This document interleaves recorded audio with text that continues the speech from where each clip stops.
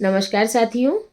आज मैं कोई कविता कोई चित्र लेकर के नहीं आई हूँ, क्योंकि सब बहुत एक्साइट है नए वर्ष के आगमन के लिए, और वो स्वाभाविक भी है।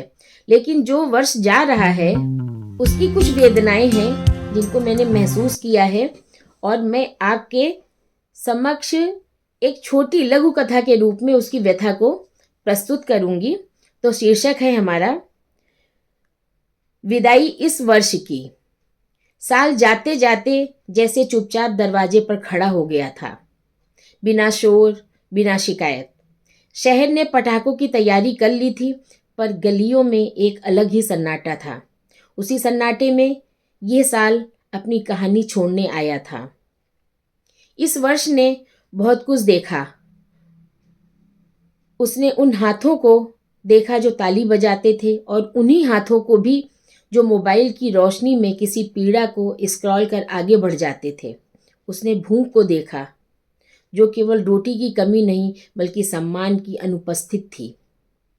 कतार में खड़ी स्त्री की आंखों में वो भूख और गहरी थी जहां सवाल पूछना भी अपराध माना जाता था।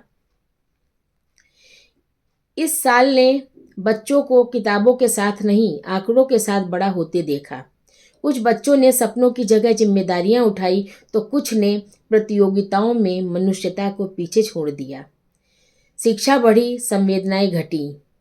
ये भी इस वर्ष की एक चुप उपलब्धि थी। उसने रिश्तों को भी बदला, संवाद कम हुए, स्टेटस बढ़े, घरों में कमरे बढ़े, पर मन के कोने सिकुड़ते चले गए। बुजुर्गों की कहानियां फाइलों में बदली, और बच्चे स्क्रीन से सीखने लगे कि भावनाएं कैसे इमोजी बनती हैं। इस वर्ष ने पहाड़ों को भी देखा, आरावली को भी।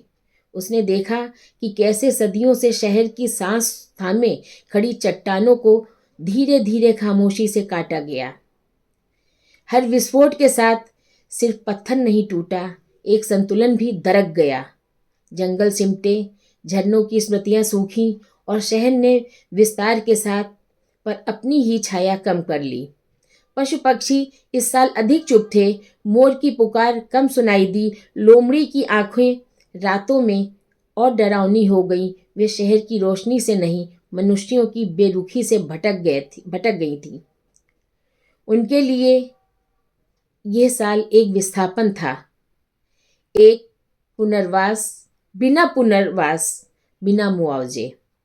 धर्म भी इस वर्ष में मुखर रहा, इतना मुखर कि इंसान और प्रकृति दोनों दब गए।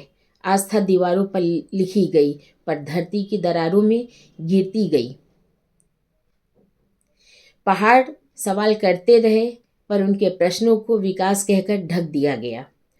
अब यह साल जा रहा है, जाते जाते कोई भाषण नहीं दे रहा, बस एक पर्ची छोड़ गया है। मैं जैसा था वैसा ही नहीं रहना था। मैंने तुम्हें आईना दिखाया है। स्त्री, बच्चे, बुजुर्ग और आरावली सभी उसमें हैं। घड़ी ने 12 बजाए, तालियां गूंज उठी। नए साल का स्वागत हुआ। पर शहर के बाहर खड़ी आरावली और उसके साथ खामोश पशु पक्षी हवा से वही प्रश्न दोहरा रहे थे। क्या नए साल में हमें बचाए जाने का अवसर मिलेगा, या हम भी बीते साल की तरह विदा कर दिए जाएंगे? ये कुछ प्रश्न इस छोटी सी लघु कथा में उसके दर्द को, जाते हुए वर्ष के दर्द को समेटा है। तो मुझे लगता है ये प्रश्न आपके भी होने चाहिए, हमारे आपके भी।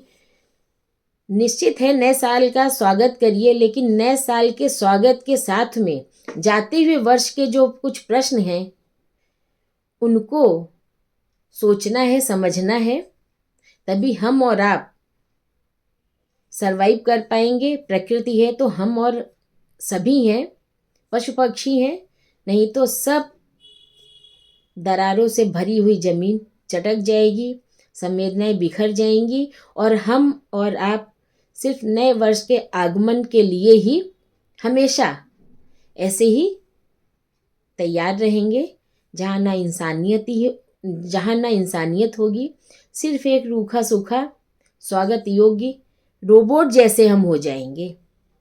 तो ऐसा नहीं होना है।